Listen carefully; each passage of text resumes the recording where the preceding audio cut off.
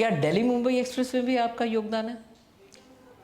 जी हाँ। देखिए, ये अभी तक जितने बने हैं एक्सप्रेसवेज इंडिया में, उसमें one of the most affluent highway है। और जो एक्सप्रेसवेज होते हैं और नेशनल हाईवेज होते हैं, इनको बनाते हुए क्या चीज़ें आपके दिमाग में होती हैं कि क्या चेंजेस होते हैं और क्या मतलब what is the thought process behind when you design both the things? बड़े बड़े हैवी ट्रक्स जा रहे हैं, ट्रेलर्स जा रहे हैं, तो उनका लोड इतना ज़्यादा होता है कि उस रोड की कंडीशन ऐसे डिज़ाइन होनी चाहिए कि वो उस लोड को सालों तक कैटर कर सके। इसीलिए इन हाईवेज़ को 20 से 30 साल के लिए डिज़ाइन किया जाता है। जंगल को डिस्टर्ब करे बिना आप ये समझे कि जंगल का लेवल वही है और हाईवे का लेवल नीचे से लेके गए हैं। यानी ऊपर जो एनिमल्स हैं, शेर हैं, हाथी हैं, हिरन हैं, उनको ये पता भी नहीं चलेगा कि नीचे से ट्रैफिक जा रहा है। आई would say very very relevant and intelligent question, क्योंकि ऐसे इतने बड़े बड़े एक्सप्रेसवेज पे इतनी छोटी छोटी गलतियां कैसे हो जाती हैं? एक प्रोफेसर हैं, उन्होंने वेस्ट प्लास्टिक को रोड में यूज़ किया है। अच्छा। हाँ जी, और गवर्नमेंट ने एक नॉर्म निकाला है कि हर हाईवे का 5% लेंथ वेस्ट प्लास्टिक से बनेगा, तो वो एक बहुत अच्छा इनिशिएटिव है। सिमिलरली जो ये आप कचरे के पहाड़ देखते हैं, हाँ जी, हाँ जी, हाँ जी। उसको रिसाइकल करके रोड में यूज़ करा जाने लगा है। स्टील प्लांट से जो कचरा निकलता है उसे स्टील स्लैग बोलते हैं, जिसको कम्प्लीटली इलेक्ट्रिक हाईवे बनाया जा रहा है। यानी उसके रोड पेमेंट में ही ऐसी स्ट्रिप्स होंगी जिससे गाड़ियाँ चार्ज होती रहेंगी। तो वो काफ़ी प्रेस्टिजियस प्रोजेक्ट है, गडकरी साहब का को इंट्रोड्यूस कर रहे हैं। ऐसे ही ड्रोन टैक्सीज इंट्रोड्यूस हो रही हैं, तो उस पार्ट पे भी काम चल रहा है।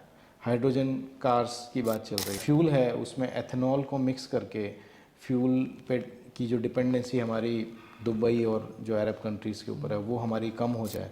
बीआरओ तो सच बताऊं तो दे आर अनसंग हीरोज़। अगर हाईवे के पास ज़बान होती तो वो इतना ही कहता कि मैं आपकी माँ की तरह हूँ, तो मैं आपका पूरा ध्यान रखूँगी अगर आप कोई बदतमीज़ी नहीं करोगे।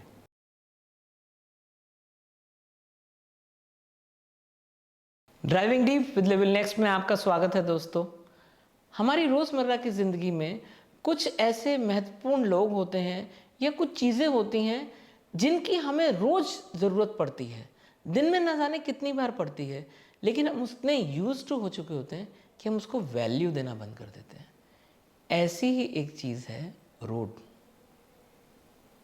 हम रोज़ यूज़ कर रहे हैं, हम देख रहे हैं हमारी गवर्नमेंट कितना काम कर रही है, रोड नेटवर्क कितनी ज़्यादा स्पीड से स्प्रेड हो रहा है सारे में, मगर हम उसको वैल्यू देना भूल जाते हैं। कई बार ड्राइव करते हुए हम सोचते भी हैं हाँ यार, सरकार ने काम किया है, काफ़ी रोड्स बन गई, एक्सप्रेसवेज बन गए, हम उनको यूज़ कर रहे हैं, वहाँ तक तो ठीक है। लेकिन क्या कभी हमने सोचा who are the person involve behind it? There is a profession known as highway designers. ऐसे ही एक हाईवे डिज़ाइनर से हम आपको मिलवाने जा रहे हैं जिन्होंने मोर than 30,000 kilometres of national highways design किए हैं, जो 27 स्टेट्स और 2 यूनियन टेरिटरीज में सक्सेसफुली काम कर रहे हैं, जिन्होंने दिल्ली मुंबई एक्सप्रेसवे में भी बहुत इम्पॉर्टेंट रोल प्ले किया है, जो लेह लद्दाख और पेंगोंग लेक तक काम कर रहे हैं। Not only this, he is also a certified road safety auditor. तो एक बहुत ही इंटरेस्टिंग पर्सनैलिटी से हम आज आपको मिलाने जा रहे हैं, श्रीमान अनुज नरूला जी के साथ। Anuj ji, welcome to our show. Thank you so much, so happy to be है। So am I, rather I am excited also. Okay, तो अनुज जी, जैसे आप बता रहे थे कि you are a highway designer, तो when did you think of it कि यार हाईवे डिज़ाइनिंग भी एक कैरियर के तौर पे लेना चाहिए? Actually it was way back जब मैं इंजीनियरिंग कर रहा था। तो इंजीनियरिंग में एक सब्जेक्ट है हाईवे इंजीनियरिंग। ओके। तो वो स्टडी करके आपको पता चलता है कि जो हाईवेज़ पे हम बड़ा इजीली गाड़ी चला लेते हैं, उनको बनाने के लिए काफ़ी इंजीनियरिंग लगती है उसके पीछे। तो वो जब पढ़ा तो बड़ा इंटरेस्टिंग फील हुआ। मैं इंजीनियरिंग से निकला, फिर मैंने मास्टर्स किया। उसके बाद मुझे लगा कि दिस इज़ समथिंग जो by which I can directly contribute to the society, I can build a very good career also। तो तब मैंने इस चीज़ को ऑप्ट किया। ओके। जी। और कितना समय हो गया आपको हाईवे डिज़ाइनिंग करते हुए? लगभग 19 साल, 2006 से मैं हाईवे डिज़ाइन कर रहा हूँ। जैसे आपने बताया कि मैं बहुत क्यूरियस हूँ, एंड आई एम श्योर हमारे ऑडियंस भी बहुत क्यूरियस होंगे। जी। तो जैसे आपने बोला you have covered more than 27 states, जी। है ना, and more than 30,000 kilometres. Yes, approximately yes. तो आप मेरे को अपनी लाइफ के बारे में बताइए, कैसी होती है एक हाईवे डिज़ाइनर की लाइफ? एक्चुअली ये बहुत ही इंटरेस्टिंग सब्जेक्ट है, क्योंकि हाईवेज जो हैं वो पब्लिक को सर्व करते हैं और पब्लिक की सेफ्टी बड़ी इंपॉर्टेंट हो जाती है उसमें। और क्योंकि वो एक सिविल इंजीनियरिंग स्ट्रक्चर है तो उसमें बहुत सारे इंजीनियरिंग पैरामीटर्स इंक्लूड होते हैं। तो ये कॉम्बिनेशन है जिसमें आपको पब्लिक की सेफ्टी, सर्विसेबिलिटी और इंजीनियरिंग पैरामीटर्स, इन सबको एक साथ रखते हुए आपको एक हाईवे को डिज़ाइन करना पड़ता है। तो बहुत सारी स्टडीज़ हैं, बहुत सारे गवर्नमेंट के नॉर्म्स हैं जिनको फॉलो करना होता है, और वो नॉर्म्स भी इसी बेस पे बनाए गए हैं कि पब्लिक सेफ्टी और सर्विसेबिलिटी के लिए क्या क्या इम्पोर्टेंट है। और ये इंजीनियरिंग एफिशिएंसी और एनवायरनमेंट्स को भी साथ में आप कैसे जेल करते हैं? राइट। हाईवेज़ जो हैं वो एनवायरनमेंट को बहुत स्ट्रांगली अफेक्ट करते हैं। मतलब हाईवेज़ जहाँ से भी गुज़रते हैं उसके आसपास की चीज़ें बदल जाती हैं। और अगर मैं बात करूँ कि पहाड़ों से निकल रहे हैं तो पहाड़ काटने भी पड़ते हैं। तो इन सब चीज़ों के लिए भी बहुत सारे फैक्टर्स हैं। ये बताया जाता है कि पहाड़ों से हाईवे आप अगर निकाल रहे हैं तो इस तरह से करिए कि कम से कम पहाड़ काटना पड़े, नुकसान कम हो, पेड़ भी जितने कम काट सकें। काटने तो डेफिनेटली पड़ेंगे, बट उसके लिए प्रोविजंस हैं कि जनरली एक कॉन्ट्रैक्टर अगर कहीं पे एक नंबर ऑफ़ ट्रीज़ काट रहा है तो उसके 6 to 7 times number of trees उसको प्लांट्स उसको इम्प्लांट करने पड़ते हैं। ओके। तो ये सब प्रोविजंस को हमें अपने डिज़ाइन में भी टेक केयर करना पड़ता है, देखना पड़ता है, बताना पड़ता है कि इस जगह पे हम लोग प्लांट्स ज़्यादा कर सकते हैं, हम कटिंग कम करें ताकि लैंडस्लाइड्स ना हो। तो ये इतना वास्ट सब्जेक्ट है कि गवर्नमेंट ने कम से कम इस पे 1000 डॉक्यूमेंट्स पब्लिश कर रखे हैं। ओके। एंड उन डॉक्यूमेंट्स की स्टडी जो है वो 1 या 2 दिन या 1-2 महीने का काम नहीं है। वो महीनों तक हम लोग धीरे धीरे उन पे मंथन करते हैं, स्टडी करते हैं, उनको इनहेबिटेट करते हैं। तो उसके बाद यूँ समझ लीजिए कि एक सेफ़ और सर्विसेबल हाईवे बन पाता है। क्या दिल्ली मुंबई एक्सप्रेस में भी आपका योगदान है? जी हाँ, ये काफ़ी लंबा एक्सप्रेसवे है और इसमें एक पर्टिकुलर पार्ट जो है वो राजस्थान एमपी बॉर्डर के पास, वो हमने उसमें डिज़ाइन किया है। ओके। जी और ये मेरे ख्याल से गडकरी जी का ड्रीम प्रोजेक्ट होगा, one of the dream projects. हाँ बिल्कुल, ये क्योंकि बहुत इम्पोर्टेंट सिटीज़, मेजर सेटलमेंट्स को ये कनेक्ट कर रहा है, मुंबई, दिल्ली, बड़ौदा, तो इसलिए ये उनका ड्रीम प्रोजेक्ट था हमेशा से। कुछ बताइए ना हमें इसके बारे में। देखिए, ये अभी तक जितने बने हैं एक्सप्रेसवेज इंडिया में, उसमें one of the most affluent highway है। मतलब इसमें अगर आप एक छोटे से सेक्शन की बात करें, दिल्ली से जयपुर भी जाएंगे तो आप देखेंगे कि थ्रू आउट पब्लिक के लिए कॉन्टीन्यूसली हर 20-30 किलोमीटर पे रेस्ट एरियाज़ हैं जहाँ पे वो कुछ खा पी सकते हैं, रुक सकते हैं। कॉन्टीन्यूसली पेट्रोल पंप्स हैं, 8 लेन एक्सप्रेसवे है, और उसके अलावा जो साइड की स्ट्रिप होती है जिसे हम पेव्ड शोल्डर बोलते हैं, वो भी लगभग 2.5 to 3 मीटर है। तो इसको और एनवायरमेंटल फ्रेंडली रखने के लिए इसको बीच का जो पार्ट है जिसे हम टेक्निकली मीडियन बोलते हैं, उसको बहुत वाइड बनाया गया है, ऑलमोस्ट 10 से 12 मीटर का, और इसके अंदर बहुत ट्री प्लांटेशन है। तो इसको कोशिश ये की गई है कि इस पे डिज़ाइन की जो डिज़ाइन स्पीड है वो 120 की मिल सके। हाँ जी। और अगर मैं बात करूं दिल्ली जयपुर के बीच की जो डिस्टेंस लगभग 230-240 किलोमीटर है, तो वो 2 से 2.5 घंटे में कवर हो सके। तो उस पर्सपेक्टिव से अगर दिल्ली से मुंबई की बात करें तो एक पर्टिकुलर डिज़ाइन स्पीड पे रेस्ट करते हुए भी बीच में रुक रुक के आप 10 से 10.5 घंटे में दिल्ली से मुंबई बाई ड्राइव कर पहुँच सकते हैं। और उसके अलावा बड़ौदा को भी कनेक्ट करता है। राजस्थान में इम्पॉर्टेंट एक रामगंज मंडी एक जगह है जहाँ का पार्ट हमने डिज़ाइन किया है, वो एशिया की सबसे बड़ी मंडी है। और वहाँ से थ्रू आउट द वर्ल्ड तो नहीं पर इंडिया के सारे कॉर्नर्स में जो है वेजिटेबल्स और मसाले जाते हैं, बट पहुँचने में उनको इतना टाइम लगता है कि कई बार उनका नुकसान हो जाता है। इस एक्सप्रेसवे की वजह से वो वेस्टेज बहुत कम होगा, किसानों को बहुत फ़ायदा मिलेगा।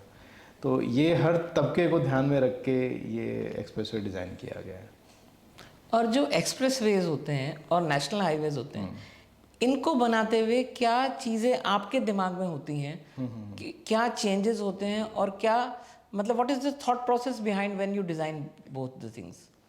ओके, एक तो बहुत बड़ा फैक्टर होता है कि उस पर किस तरह का ट्रैफिक जाएगा, क्योंकि हाईवेज़ और एक्सप्रेसवेज जो हैं वो इंडिया की लाइफलाइंस कहलाई जाती हैं। उनका परसेंटेज भले ही 6 to 8% हो all over the road network, but वो ट्रैफिक अराउंड 40 to 45% कैटर करते हैं ऑल ओवर इंडिया। तो एक हाईवे या एक्सप्रेसवे जो दो बड़े सिटीज़ को कनेक्ट कर रहा है, बड़े बड़े हैवी ट्रक्स जा रहे हैं, ट्रेलर्स जा रहे हैं, तो उनका लोड इतना ज़्यादा होता है कि उस रोड की कंडीशन ऐसी डिज़ाइन होनी चाहिए कि वो उस लोड को सालों तक कैटर कर सके। इसीलिए इन हाईवेज़ को 20 से 30 साल के लिए डिज़ाइन किया जाता है। यानी 20 से 30 साल के बीच सिर्फ 4-5 बार अगर मेंटेनेंस की जाए तो उस हाईवे पे कुछ खास काम करने की ज़रूरत नहीं है। तो एक ट्रैफिक है, दूसरा ये है कि क्योंकि ये फास्ट कम्युनिकेशन के लिए बनाए गए हैं, तो आज की डेट में अगर हमें कहीं पे 6 घंटे लग रहे हैं तो इनकी वजह से हम 2-2.5 घंटे में वहाँ पहुँच सकें। कोई मेडिकल इमरजेंसी हो तो छोटे शहर से बड़े शहर कोई गाड़ी जो है जल्दी पहुँच सके। तीसरा जो है वो ये एनवायरनमेंट के साथ इस तरह से ब्लेंड होने चाहिए कि इन कमिंग फ्यूचर जो है आसपास का एनवायरनमेंट जो है ये उसको सपोर्ट करे, ना कि उसको नुकसान पहुंचाए।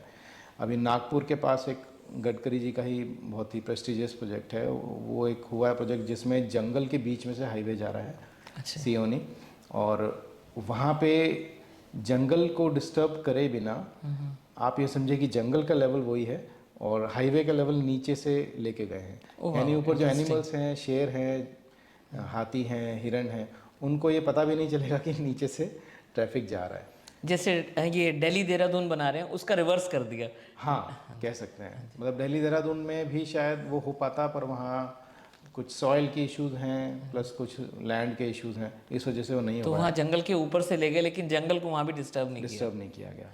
तो ये एक ऐसा एग्जाम्पल है जिसमें एनवायरनमेंट को आपने सपोर्ट किया थ्रू इंफ्रास्ट्रक्चर, लोगों को आपने फैसिलिटी भी दी और एनवायरनमेंट को डिस्टर्ब भी नहीं किया। प्लेन्स में भी टनल्स बनाई जा रही हैं एक तरह से। हाँ, प्लेन्स में भी टनल्स हैं, जैसे अभी जो सोनीपत वाली टनल है जो एयरपोर्ट पहुंचा रही है, हाँ जी। जो रिसेंटली बनी है, तो वो सारे ट्रैफिक जैम्स और सबको अवॉइड करके बिल्कुल नीचे से बड़ी पीसफुली आपको 100 की स्पीड से फटाफट एयरपोर्ट पहुंचा सकती है। तो उसी एयरपोर्ट की अब रीच जो है वो और दूर तक हो गई है। तो वो जैसे मैंने बोला कि ये सब एनवायरनमेंट का पार्ट है। हाँ जी। तो एनवायरनमेंट को ये टनल अब इतना अच्छे से सपोर्ट कर रही है कि आसपास के लोग डिस्टर्ब हुए बिना और जो मेन ट्रैफिक है जिसको एयरपोर्ट पहुंचना है बड़ा आराम से पहुंच सकता है। तो अनुज जी, जैसे हम एक्सप्रेस वेज पे चलते हैं और नेशनल हाईवे पे चलते हैं, एक्सप्रेस वे पे मैंने ऑब्जर्व किया है मैक्सिमम स्पीड लिमिट 120 होती है। हाँ जी। लेकिन कुछ और भी नेशनल हाईवेज हैं जो साइड से सैनिटाइज्ड हैं, हाँ जी। और but they are national highways, but they are excellent quality, लेकिन वहाँ पर स्पीड लिमिट 100 और 80 ही रखी जाती है। तो व्हाट आर द जैसे ईस्टर्न पेरिफेरल है, हाँ जी। तो ईस्टर्न पेरिफेरल में कुछ सेक्शंस हैं जहाँ पर स्पीड लिमिट 120 है, कुछ में 100 है। क्योंकि मैं स्पीड लिमिट का बहुत ध्यान रखता हूँ, मैं I love fast driving, but मैं ओवर स्पीड कम भी नहीं करता। राइट। जहाँ जो स्पीड लिमिट होती है मैं उसको फॉलो करता हूँ, और मैं मैक्सिमम स्पीड लिमिट से 5 की स्पीड ही कम रखता हूँ। ओके। कि भाई यहाँ पर इतनी परमिशन है तो इतनी, और कम हुई तो हालांकि तकलीफ होती है, लेकिन मैं उसे मेंटेन करता हूँ। तो इसलिए मेरे को सारी स्पीड लिमिट्स लगभग याद हो गई जिन रोड्स पे मैं चलता रहता हूँ। तो व्हाट आर द पैरामीटर्स जहाँ पर ये डिसाइड किया जाता है कि स्पीड लिमिट क्या रखी जाएगी? Is it the road quality और द ट्रैफिक कंडीशंस?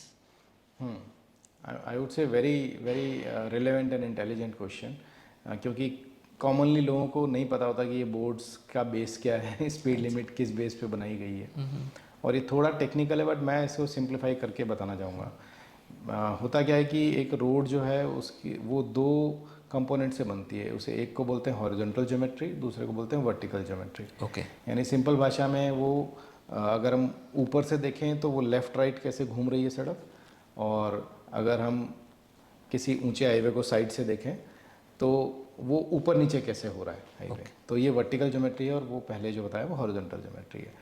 तो गवर्नमेंट ने कुछ नॉर्म्स बना रखे हैं कि इतनी स्पीड है तो इतना रेडियस होना चाहिए कर्व का, और इसके पीछे जो हमारी बेसिक फिजिक्स है, सेंट्रीफ्यूगल फोर्स, सेंट्रीपिटल फोर्स, जो हमने अपने स्कूल में भी पढ़ा है, बाद में इंजीनियरिंग में पढ़ता है, उन सब की कुछ कैलकुलेशंस होती हैं। उन कैलकुलेशन से ये डिराइव होके आता है कि स्पीड क्या रखनी है, और जनरली जो स्पीड निकल के आती है उससे हम थोड़ी कम रखते हैं वहाँ पे। अगर मुझे आया है कि 110 की स्पीड में दे सकता हूँ तो मैं 100 दूंगा, 90 आया है तो मैं वहाँ 80 का बोर्ड लगाऊंगा।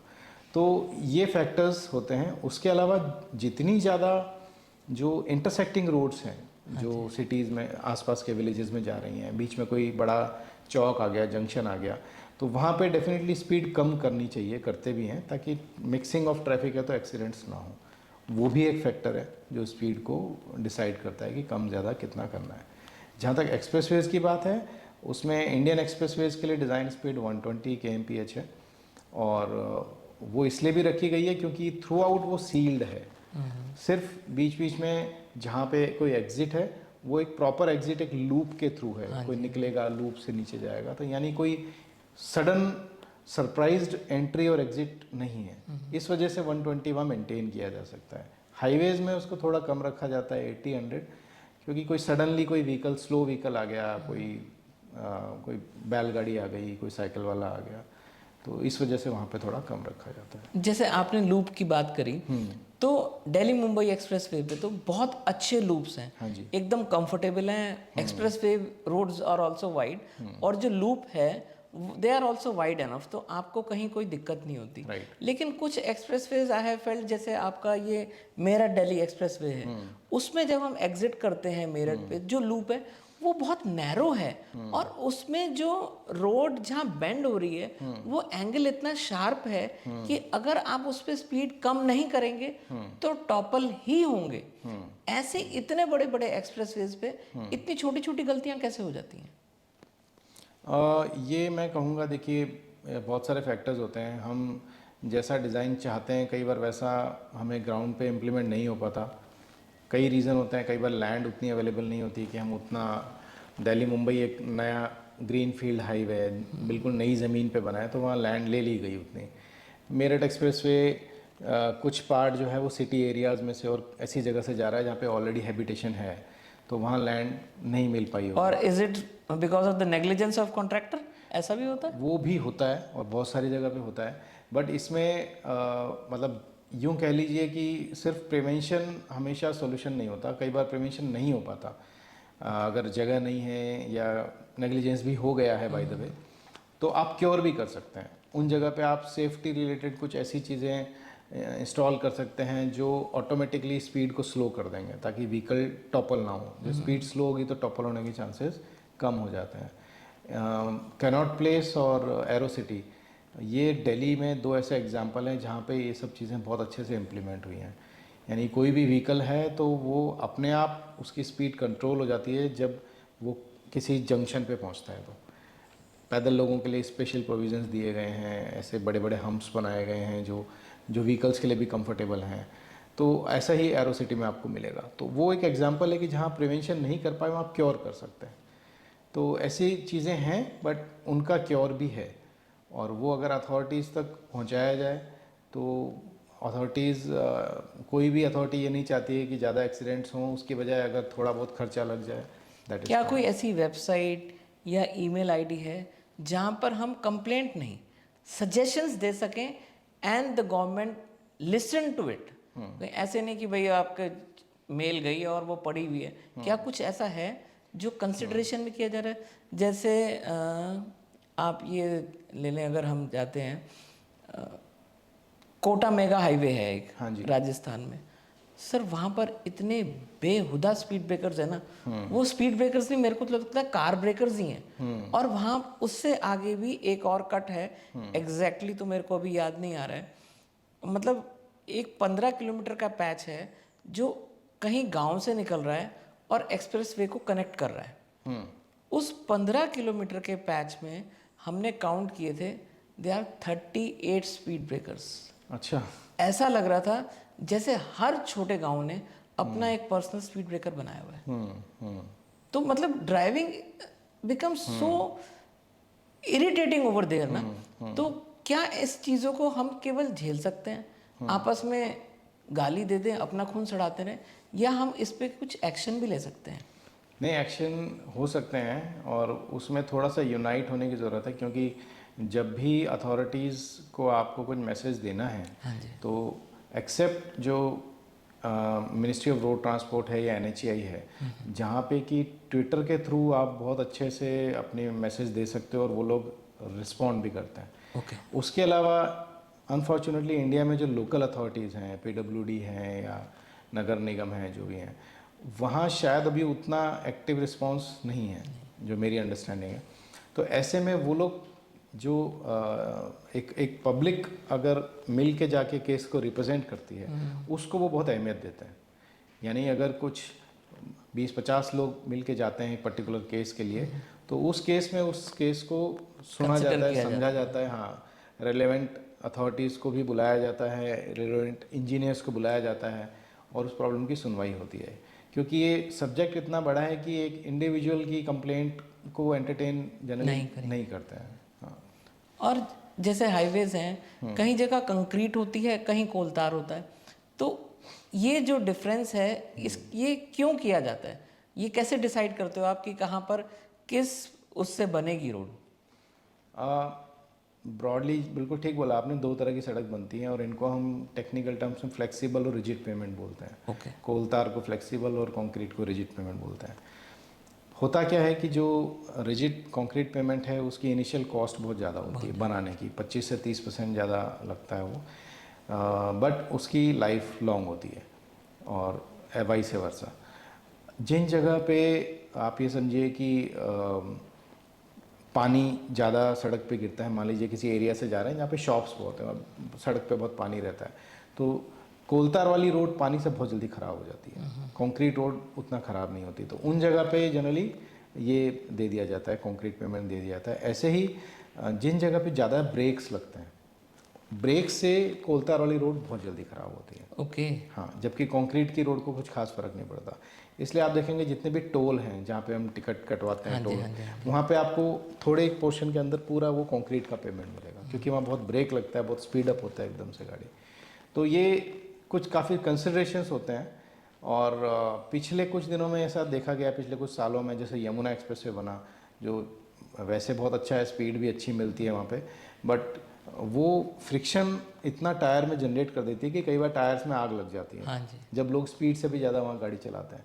ये कंक्रीट पेमेंट के साथ एक कॉमन फिनोमिना है। शोर बहुत होता है जब गाड़ी चलती है तो इस वजह से गवर्नमेंट ने कॉन्शियस डिसीजन लिया कि बहुत ही ज़रूरी होगा जहाँ पे कंक्रीट पेमेंट है, सड़क ख़राब ना हो, पानी ज़्यादा बारिश होती है सब, वहाँ दिया जाएगा, अदरवाइज़ हम फ्लेक्सिबल पेमेंट ही बनाएंगे। जैसे आप क्योर की बात कर रहे थे, मैंने गौर किया है कुछ साल पहले तक कहीं हाईवेज पे, कहीं जहाँ ढलान थी, स्लोप्स थे, वहाँ पर ना कुछ कोलतार की मैटिंग सी यूज़ करनी शुरू करी गई थी, लेकिन अब वो कहीं नहीं मिलती। क्या वो एक्सपेरिमेंट सक्सेसफुल नहीं हुआ? हाँ, वो उसे मैस्टिक एसफॉल्ट बोलते हैं उस टेक्निकल टर्म में। और उससे जो बेनिफिट लिया गया था वो ये था कि उस जगह की सड़क थोड़ी ख़राब होनी कम हो गई थी ब्रेक के कारण और वो सब।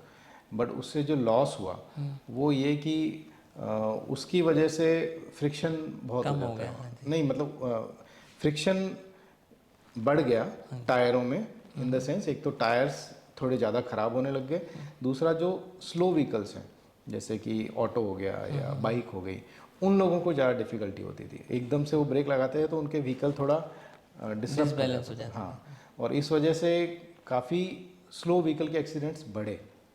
तो फिर ये डिसाइड किया गया कि उस चीज़ को हटा दिया जाएगा और उसकी जगह कुछ और न्यू टेक्नोलॉजी लाई जाएगी जिससे दोनों काम अचीव हो जाए। जैसे आप टेबल टॉप का एग्जांपल दे रहे थे। हाँ, टेबल टॉप एक बहुत अच्छा एग्जांपल है। यानी कि आप थोड़ा 3 से 4 मीटर का एक फ्लैट बेस बनाइए, 10 सेंटीमीटर हाई, दोनों साइड में जेंटल स्लोप दीजिए।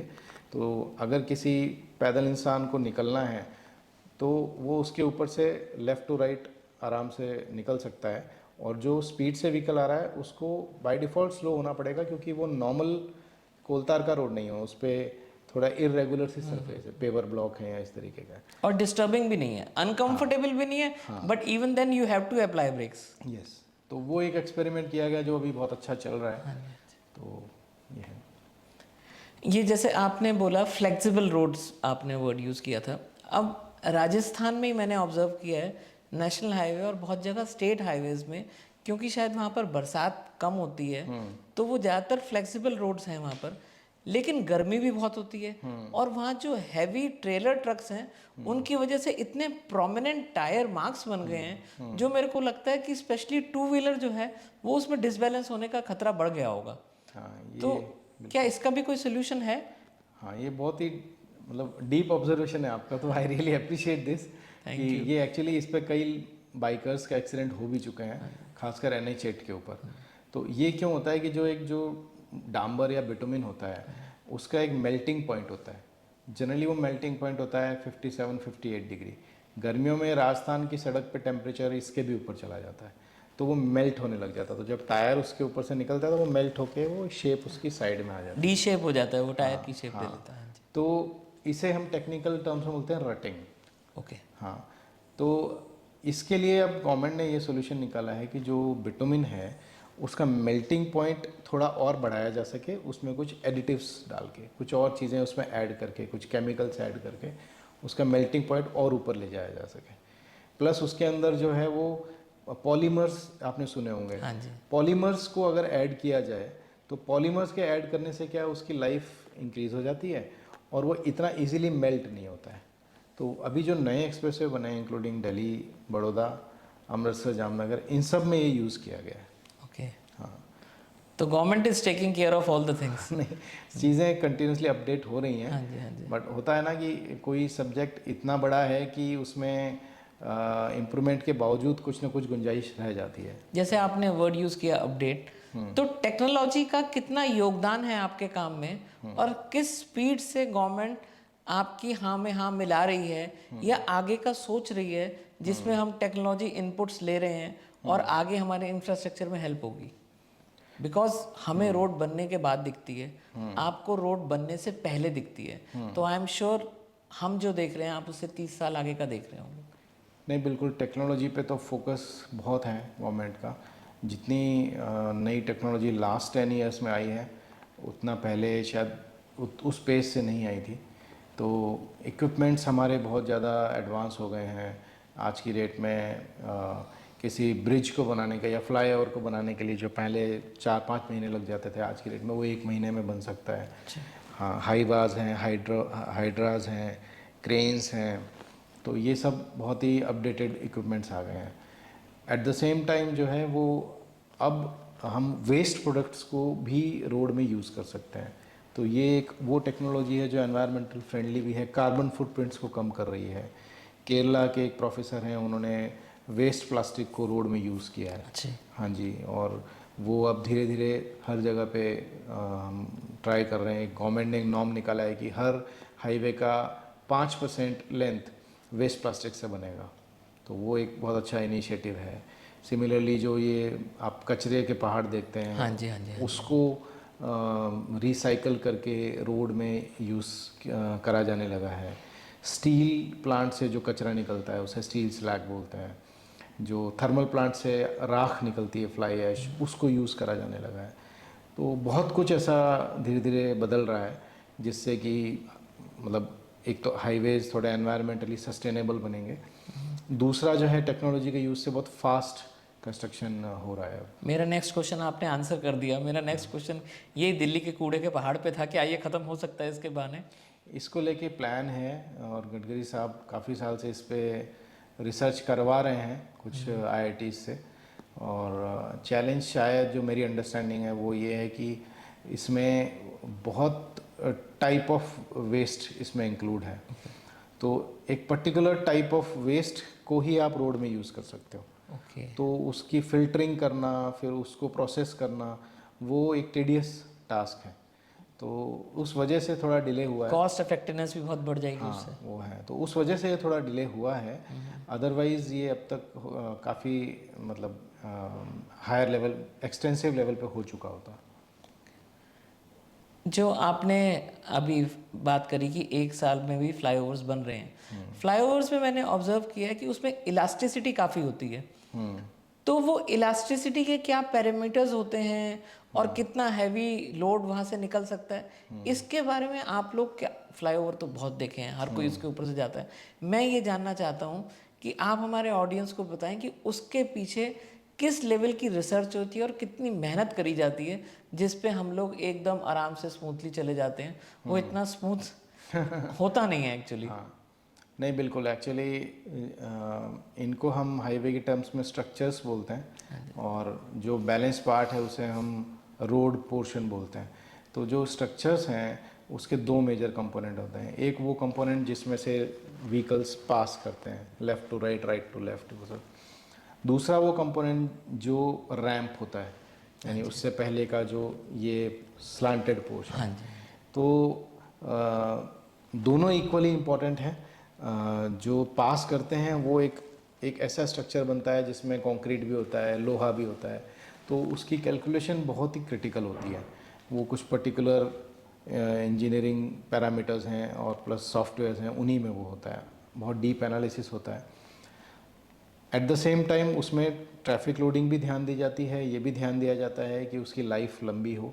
और जो पीछे रैंप का पोर्शन है उसमें भी ये देखना पड़ता है कि दोनों साइड में आपको वॉल बनानी है ताकि वो मिट्टी ऐसे स्प्रेड ना हो। उसके साइड में सर्विस रोड भी बनती है। तो वो सब ध्यान देना पड़ता है कि मिट्टी के ऊपर खड़ा इतना ऊंचा स्ट्रक्चर जो रैंप बन रहा है वो सेफली खड़ा हो, दोनों साइड की वॉल हैं वो इतनी सेफ हों कि वो मिट्टी को ना स्पिल होने दें और उसको होल्ड करके रखें।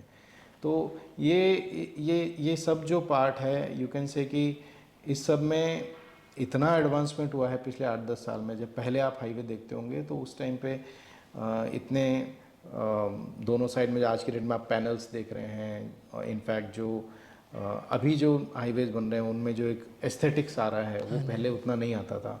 आप डीएलएफ पे जाइए, जो गोल्फ कोर्स रोड है, उसके अंडरपासेस देखिए, इतने खूबसूरत बने हुए हैं। तो एक बेसिक रूल है कि हर खूबसूरत चीज़ जो बाहर निकल के आ रही है वो बैकग्राउंड में उतनी ही कॉम्प्लिकेटेड उसके पीछे इंजीनियरिंग लगी होगी। तो इस वजह से ही जो उसके अंदर पीछे मटेरियल है, प्लस उसकी टेक्नोलॉजी है, प्लस इंजीनियरिंग कैलकुलेशंस हैं, इस सब का कॉम्बिनेशन लेकर के वो एक स्ट्रक्चर बनता है। तो जैसे आप फ्लेक्सिबिलिटी जो होती है या इलास्टिसिटी कहें, वो केवल जो फ्लाईओवर है उसी में होती है या साइड में जो रैम्प्स हैं उसमें भी होती है? मैं ये क्वेश्चन क्यों पूछ रहा हूँ आपसे, फॉर द सेफर साइड, जब हम कहीं खड़े होते हैं जो बहुत रेयर होता है कि फ्लाईओवर पे तो आप निकल गए, लेकिन अगर हैवी ट्रैफिक आता है तो उसमें शिवरिंग महसूस होती है। अच्छा। और अगर आपकी कार पंचर हो गई है, आपने जैक पे लगाई है और आप वहाँ से शिवरिंग होगी तो आपका जैक डिसबैलेंस हो सकता है, एक बड़ा एक्सीडेंट हो सकता है। तो कायदा ये कहता है कि आप when you are on a this flyover, आपको वहाँ पर व्हील चेंज नहीं करना चाहिए, तो आपको पहले स्लाइड डाउन करना चाहिए। लेकिन अब जो आपके फ्लाईओवर्स हैं वो किलोमीटर्स में होते हैं, तो वो प्रैक्टिकली पॉसिबल नहीं है, लेकिन करना तो चाहिए। तो क्या हमें सिर्फ उस एलिवेशन से हटना चाहिए या हमें रैंप से भी हट जाना चाहिए? नहीं, किसी से भी हटने की ज़रूरत नहीं है। ये स्ट्रक्चर्स जो हैं बहुत ही साउंड टेक्निकल बेसिस पे डिज़ाइन किए होते हैं 20-20, 30-30 साल के लिए। और जो आप फील करते हैं वाइब्रेशन उस स्ट्रक्चर के ऊपर, वो vibration is just a part of that structure, मतलब उसमें कुछ गलत नहीं है। ओके। नीचे जो एक कॉलम खड़ा हुआ है और ऊपर का जो एक पूरा स्लैब जो है वो उसके ऊपर रेस्ट कर रहा है, उसके बीच में एक बियरिंग होती है। जैसे साइकिल में बियरिंग होती है, हाँ जी। वैसे ही उसमें एक बियरिंग होती है। वो बियरिंग बहुत ही साउंड मैन्युफैक्चरर्स जो हैं वो डिज़ाइन करते हैं, अच्छी कंपनीज डिज़ाइन करती हैं उनको। वो हज़ारों टन में लोड लेने की कैपेसिटी रखती हैं वो बियरिंग्स। तो सिर्फ ये होता है कि वो जो आप वाइब्रेशन फील कर रहे हैं वो बियरिंग्स में वो थोड़ा इलास्टिसिटी है, ओके। वो आप फील कर रहे हैं, और वो उसके इट लिए is just like suspension working over there. हाँ, मतलब उसके लिए वो डिज़ाइंड है। जब कार में हम ऊपर नीचे होते हैं तो हम टेंशन में नहीं होते। हाँ जी। वैसे ही फ्लाईओवर में जो रूटीन वाइब्रेशंस हैं, उसमें कुछ भी टेंशन वाली कोई बात नहीं तो है। It is absolutely safe to change the wheel over there also. हाँ हाँ, बिल्कुल बिल्कुल बिल्कुल, उसमें कहीं कोई दिक्कत नहीं है। राइट। चलो, दैट वाज यूजफुल इन्फॉर्मेशन। नहीं, बिल्कुल। एक्चुअली बहुत सारे मिथ्स हैं हाईवेज़ को लेकर के। हाँ जी, हाँ जी, हाँ जी। वो लोगों को होते हैं। जैसे कि ये भी मैंने देखा है कि जब हाईवेज़ किसी जगह को क्रॉस करते हैं तो लोगों को लगता है हमारा खेत डिवाइड हो गया। आधा आधा उधर रह गया, आधा इधर रह गया। उससे ज़्यादा बड़ी टेंशन लोगों को ये रहती है कि जब बारिश आएगी तो क्योंकि वो हाईवे के दोनों तरफ स्लोप बनता है तो उनको लगता है कि वो उसके कारण हमारा खेत डूब जाएगा। मतलब उनमें पानी ऊपर तक आ जाएगा तो हमारा खेत डूब हाँ जाएगा। जी, हाँ जी। इस तरह की प्रॉब्लम जब हम डिस्कशन में जाते हैं तो हमें पता चलती है। तो हम उन्हें बताते हैं कि हाईवे जो बनाया गया है उसमें ना सिर्फ ऐसा स्लोप और हाई एम्बैंकमेंट बनाए जाते हैं, वाटर के निकलने के लिए बीच बीच में हम स्ट्रक्चर्स देते हैं, उन्हें हम टेक्निकली कलवर्ट बोलते हैं, कॉमन लैंग्वेज में लोग पुलिया बोलते हैं। ओके। तो यानी अगर पानी आ भी गया है तो वो इधर से उधर निकल जाएगा, ऐसी कोई टेंशन वाली कोई बात है नहीं उसमें। आप इतने अच्छे से एक्सप्लेन करते हैं, मेरे आधे जो क्वेश्चंस है आपने ऑलरेडी आंसर कर दिए हैं इसलिए। नहीं, वो कॉमन पब्लिक से काफ़ी हमारा रहता है कन्वर्सेशन। हाँ जी। एक छोटा सा इंसिडेंस बताऊंगा आपको। मैं एक राजस्थान में हाईवे डिज़ाइन कर रहा था और टोटल लेंथ उसकी 200 किलोमीटर थी और राजस्थान के बहुत ही इंटीरियर एरियाज़ में था वो। जनरली लोगों की अंडरस्टैंडिंग होती कि एक बार हाईवे डिसाइड हो गया, यहाँ से जाएगा तो वो वहीं से जाएगा, हम कॉमन पब्लिक, हम आम आदमी उसमें कुछ कर नहीं सकता है। और शायद काफ़ी हद तक ये होते आया है, इसलिए ऐसी अंडरस्टैंडिंग बन गई है। उसमें हम लोग डिज़ाइन कर रहे थे और हमारे पास रोड की चौड़ाई बहुत ज़्यादा थी। तो और हमारे पास इधर पुरानी रोड थी, इधर हम नई रोड बना रहे थे और नई रोड के बीचों बीच एक आम का पेड़ आ रहा था जो लगभग 150 साल पुराना पेड़ था।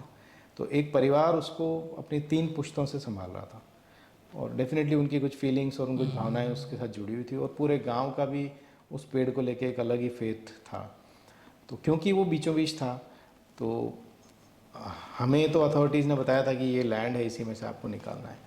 बट कई बार क्या होता है कि आपका कुछ एक्स्ट्रा एफर्ट जो है वो रिज़ल्ट ऐसा दे जाता है जिसमें एक विन विन सिचुएशन क्रिएट हो जाती है। तो हमने अथॉरिटी से सिर्फ इतनी बात करी कि देखिए एग्जिस्टिंग पहले वाला रोड तो है ही, इधर इधर हम नया बना रहे हैं, तो हम थोड़ा पहले से रोड को प्रॉपर रेडियस लेके डिफ्लेक्ट करते हैं और फिर आगे जाके फिर प्रॉपर रेडियस से डिफ्लेक्ट कर लेंगे, क्योंकि वो पहले वाली लैंड गवर्नमेंट के पास ऑलरेडी है और हम लोग इस पेड़ को भी बचा सकते हैं जो धरोहर है इस गांव की। मतलब अगर इस गांव के लोगों को दुखी करके आपने इस गांव में रोड बनाई तो उसका क्या फ़ायदा। तो वो एफर्ट्स करने के बाद में अथॉरिटीज़ रेडी हो गई उस चीज़ के लिए और फिर हमने रोड को थोड़ा पहले से डिफ्लेक्ट करके और वहाँ से हम लेके गए। आज उस जगह की अच्छी बात यह है कि वो लोगों के लिए एक रेस्टिंग पॉइंट बन गया, एक नेचुरल रेस्टिंग पॉइंट। उस पेड़ की वजह से लोग वहाँ रुकते हैं, इतनी छाया, इतना बड़ा पेड़ है, वो रुकते हैं, अपना टाइम स्पेंड करते हैं। गांव वाले भी बहुत उससे खुश हुए कि चलिए ये चीज़ हो पाई। तो आई थिंक मुझे ऐसा लगता है इस प्रोफेशन में वो लिबर्टी हमें मिलती है कि हम लोगों से इंटरेक्ट कर सकें, उनकी प्रॉब्लम्स को समझ के जिस हद तक हम सॉल्व कर सकते हैं वो कर सकें। और जैसे आप इंफ्रास्ट्रक्चर की बात कर रहे थे और गवर्नमेंट के विजन की बात कर रहे थे, आजकल गवर्नमेंट ईवी पे बहुत जोर दे रही है, तो आगे जो इतने आप हाईवे डिज़ाइन कर रहे हैं उसमें क्या चार्जिंग स्टेशंस का भी प्रोविज़न रखा जा रहा है? हाँ, charging stations at least national highways में एक मैंडेट आने वाला है। अभी तक इस पे पॉलिसी मेकिंग हो रही थी जिसमें शायद हर 30 या 40 किलोमीटर पे एक चार्जिंग स्टेशन दिया जाएगा। इनफैक्ट एक हाईवे जो है आई थिंक मुंबई नागपुर या शायद अहमदाबाद मुंबई ऐसा कुछ है, जिसको कम्प्लीटली इलेक्ट्रिक हाईवे बनाया जा रहा है। यानी उसके रोड पेमेंट में ही ऐसी स्ट्रिप्स होंगी जिससे गाड़ियाँ चार्ज होती रहेंगी। तो वो काफ़ी प्रेस्टिजियस प्रोजेक्ट है गडकरी साहब का, तो वो अभी प्लानिंग स्टेज पे है। बट चार्जिंग स्टेशंस को लेके एक फ्रीक्वेंसी के ऊपर देने हैं वो काफ़ी हद तक डिसाइड हो चुका है। ओके। हाँ, तो मतलब गवर्नमेंट बहुत आगे का सोच रही है। चलो, हाँ, विजन में तो देखिए हमारे जो हैं वो ऑनरेबल गडकरी साहब जो हैं वो ही is far more than I would say कि वो उस हद तक सोच रहे हैं कि आज से 70-80 साल बाद, 100 साल बाद जो जनरेशन आएगी उन लोगों को क्या प्रॉब्लम्स फेस ना करनी पड़े और एनवायरनमेंट को भी ना नुकसान हो। तो वो काफ़ी हद तक आगे तक जैसे एक आध एग्जांपल देंगे आप? जैसे आप कितना भी किसी सिटी को डेवलप कर लीजिए या उसमें एलिवेटेड हाईवेज़ बना लीजिए, अल्टीमेटली एक लिमिट आती है जब आप ना वर्टिकली जा सकते हैं ना आप हॉरिजॉन्टली जा सकते हैं। तो उस केस में उनका जो विज़न है, जो मेरी एक आध बार इंटरेक्शन और जो अंडरस्टैंडिंग हुई है, उनका विज़न है ओवरऑल इकोसिस्टम को इम्प्रूव करना, नॉट जस्ट एक पर्टिकुलर मोड ऑफ ट्रांसपोर्टेशन को इम्प्रूव करना। तो इसलिए अब जैसे गुड़गांव जैसी जगह है तो वो पॉड टैक्सीज़ को इंट्रोड्यूस कर रहे हैं, ऐसे ही ड्रोन टैक्सीज़ इंट्रोड्यूस हो रही हैं। तो उस पार्ट पे भी काम चल रहा है। हाइड्रोजन कार्स की बात चल रही है ईवी के अलावा, कि हाइड्रोजन कार जो है, hydrogen is something which can be made chemically. तो ईवी की भी एक लिमिटेशन है कि लिथियम की अवेलेबिलिटी कब तक कितने सालों तक रहती है, but hydrogen is something which we can make in lab. तो उस पर बहुत कुछ रिसर्च चल रही है। जो हमारा फ्यूल है उसमें एथेनॉल को मिक्स करके फ्यूल पे की जो डिपेंडेंसी हमारी दुबई और जो अरब कंट्रीज़ के ऊपर है वो हमारी कम हो जाए। तो एथेनॉल की क्वांटिटी धीरे धीरे बढ़ा के, एथेनॉल क्योंकि शुगर केन से बन सकता है, तो India is prime in sugar cane. तो ये सब कुछ प्रोसेस में चल रही हैं चीज़ें। तो जैसे आपने बताया कि गडकरी जी बहुत ख्याल रख रहे हैं, और ये हमें मालूम है कि पिछली गवर्नमेंट से इस गवर्नमेंट, ये जो गवर्नमेंट है ये ज़्यादा अच्छे से इस सब पे काम कर रही है। क्या ये, जैसे मैंने अथॉरिटेटिवली कह दिया हमें मालूम है, क्या यही सच है या सच कुछ और है? ये एक्चुअली थोड़ा ट्रिकी क्वेश्चन है। मैं ऐसा नहीं मानता कि पिछली गवर्नमेंट ने कुछ कम काम किया है। वो होता क्या है कि किसी बहुत ही लार्जर देन लाइफ सब्जेक्ट को जब आप पिक करते हैं तो इनिशियल ईयर्स में आपको टीथिंग ट्रबल्स और कुछ इनिशियल हिकअप्स होते हैं, और वो हिकअप्स जब आप फेस करते हो तो प्रोग्रेस स्लो रहती है। ये बहुत कुछ हुआ शायद पिछली गवर्नमेंट में, क्योंकि हमने उस गवर्नमेंट के साथ भी काम किया है। तो इंटेंट स्ट्रॉन्ग था, स्पीड भी उतनी रखने की प्लानिंग थी, बट इंडिया में हाईवेज बनाने के लिए क्या क्या प्रॉब्लम झेलनी पड़ती हैं शायद गवर्नमेंट को खुद को भी नहीं पता था, धीरे धीरे पता चला। तो शायद सर गवर्नमेंट को तो पता होना चाहिए ना, अगर गवर्नमेंट को नहीं पता होगा तो किसे पता होगा? नहीं, ये उस तरीके से है कि गवर्नमेंट जब हम वर्ड यूज़ कर लेते हैं तो हम एक सिंगल बॉडी को असाइन मतलब इंडिकेट कर रहे हैं, जबकि डिप्लोमेसी में ऐसा होता नहीं है। जैसे स्टेट बॉडीज़ अलग हैं, नेशनल बॉडीज़ अलग हैं, फॉरेस्ट डिपार्टमेंट अलग हैं, और लैंड रेवेन्यू डिपार्टमेंट अलग हैं, और हर एक को अपनी कैपेसिटी में अच्छा परफॉर्म करना है। तो जब इनको इंटीग्रेट करना पड़ता है तो इनकी इंडिविजुअल प्रॉब्लम्स जो हैं, लोकल जो इश्यूज़ हैं इनके, वो भी टेक केयर करने पड़ते हैं। उसको टेक केयर करके आगे चलना पड़ता है। We can not completely surpass any particular department and go as per our policy. तो मेरा वो मतलब था। वो सब शायद अंडरस्टैंडिंग बनाने में कई साल लगे, उस वजह से प्रोग्रेस स्लो रही। नेक्स्ट गवर्नमेंट ने डेफिनेटली मतलब वेरी वाइजफुली उन गलतियों को समझा, दूर किया, और हर्डल्स दूर किए, और बहुत स्पीड से काम किया। जैसे आपने बताया ये गवर्नमेंट बहुत स्पीड से काम कर रही है, गडकरी जी का विजन बहुत अच्छा है, और आप प्लेन्स में भी काम कर रहे हैं, आप टनल्स भी बना रहे हैं, और आप लेह लद्दाख और पैंगोंग लेक तक काम कर रहे हैं। तो सर बीआरओ का क्या योगदान है, इसके बारे में कुछ कहना चाहेंगे आप? बीआरओ तो सच बताऊं तो they are unsung heroes of this country. मतलब हम लोग फिर भी, I wanted you to mention this. हाँ नहीं, मैं सीरियसली मैं इस पे बहुत ज़्यादा बिलीव करता हूँ, क्योंकि हम लोग फिर भी वॉर्स के टाइम या और कई क्राइसिस के टाइम हम लोग मिलिट्री, आर्मी, नेवी और एयरफोर्स की बात कर लेते हैं, पर मुझे लगता है कॉमन इंसान को तो बीआरओ ज़्यादातर को तो मालूम भी नहीं है कि क्या होता है। एक बार तो एक फ़नी इंसिडेंस हुआ कि बीआरओ ने किसी रोड के ऊपर कुछ लिखा हुआ था कि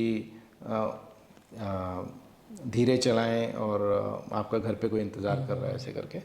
तो क्योंकि उसके ऊपर बीआरओ लिखा रहता है, बॉर्डर रोड ऑर्गेनाइजेशन, तो मेरे साथ में मेरा दोस्त था, उसने कहा कि यार ऐसा कैजुअल ट्रैफिक साइन कौन लगाता है। मैंने कहा कैजुअल क्या? कहता वो ब्रो लिख रहा है। मैंने कहा वो ब्रो नहीं है वो बॉर्डर रोड ऑर्गेनाइजेशन है। तो ये क्या है कि ये जो जेंजी का वर्ड है ब्रो, ये लेके उसे लगा कि ये ऐसे कैजुअल साइन, जबकि बीआरओ की रूट्स में आप देखेंगे कि साइनेजेस इतने इम्पैक्टफुल और कनेक्टिंग होते हैं, इमोशनल होते हैं, कि उनको देख के लगता है कि हाँ हमें थोड़ा सेफली चलना चाहिए। और बॉर्डर रोड ऑर्गेनाइजेशन ने पिछले 70-80 सालों से हमारे रोड्स को बहुत प्रॉपरली मेंटेन कर रखा है। वो क्राइसिस जो होते हैं हमें पता भी नहीं चलते हैं, लैंडस्लाइड्स होते हैं, तो वो सब उनको पता है कि वो क्राइसिस मैनेजमेंट कैसे करना है। अब अच्छी चीज़ ये हो रही है कि बीआरओ जहाँ थोड़ा बहुत लैग कर रहा था कि उनको एक इंजीनियरिंग कम्युनिटी से उनका कनेक्शन थोड़ा कम था, वो अपने तरीके से रोड्स बनाते थे, एक तरह से बस वो रोड्स आपको एक कनेक्टिविटी दे देते थे, बट कितनी सेफ और सर्विसेबल हैं वो अश्योरेंस नहीं हो पाता था। अब ईपीसी पे प्रोजेक्ट्स आने से, इंजीनियरिंग प्रोक्योरमेंट कंस्ट्रक्शन मोड पे आने से, हम जैसे इंजीनियरिंग कंसल्टेंट्स और डिज़ाइनर्स जो हैं वो इन्वॉल्व हो गए हैं। तो उनकी जो एक्सपर्टीज़ है रोड्स को मेंटेन करने की और हमारी जो एक्सपर्टीज़ है उसमें इंजीनियरिंग ऐड करने की, वो अब कॉम्बिनेशन में काम कर रही है। तो उस वजह से जो अब रोड्स बन रही हैं लेह लद्दाख में या नॉर्थ ईस्ट में, वो बहुत ही साउंड और बहुत ही सेफ और सर्विसेबल बन रही हैं। जैसे हम लेह लद्दाख की बात कर रहे थे, तो आपने रोड्स आप प्लेन्स में भी बना रहे हैं और हिल्स में भी बना रहे हैं, तो क्या क्राइटेरिया होता है जब आप हिल्स में बनाते हो और जब इस पे प्लेन्स में बनाते हो, तो जो आपका थॉट प्रोसेस है उसमें क्या चेंजेस आते हैं?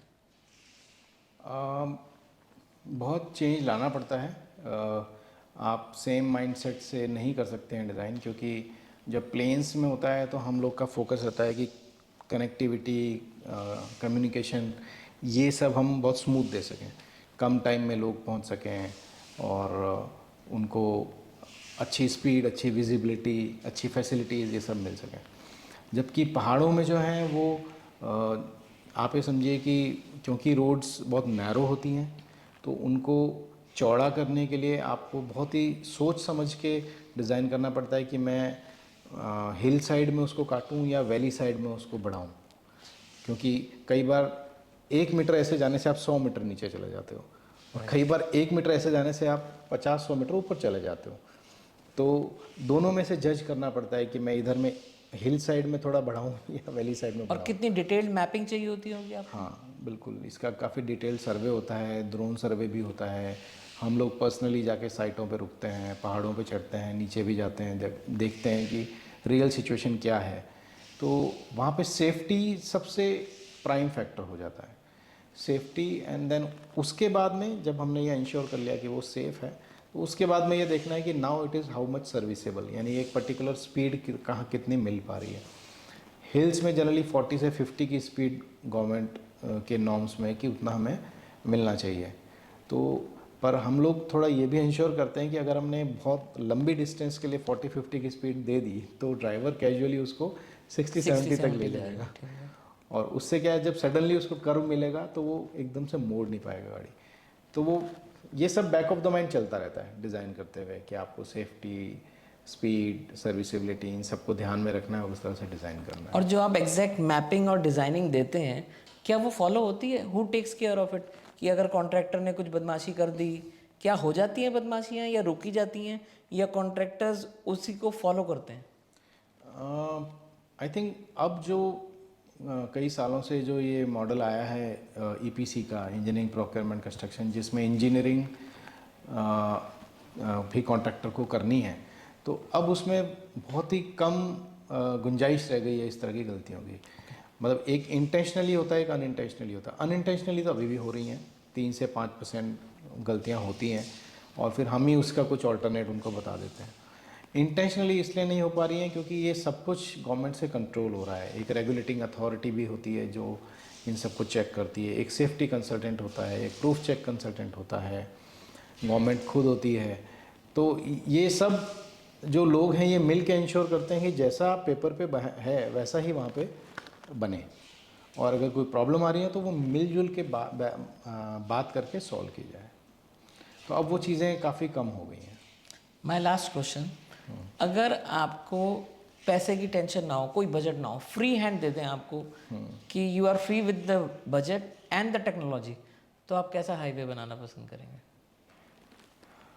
देखिए,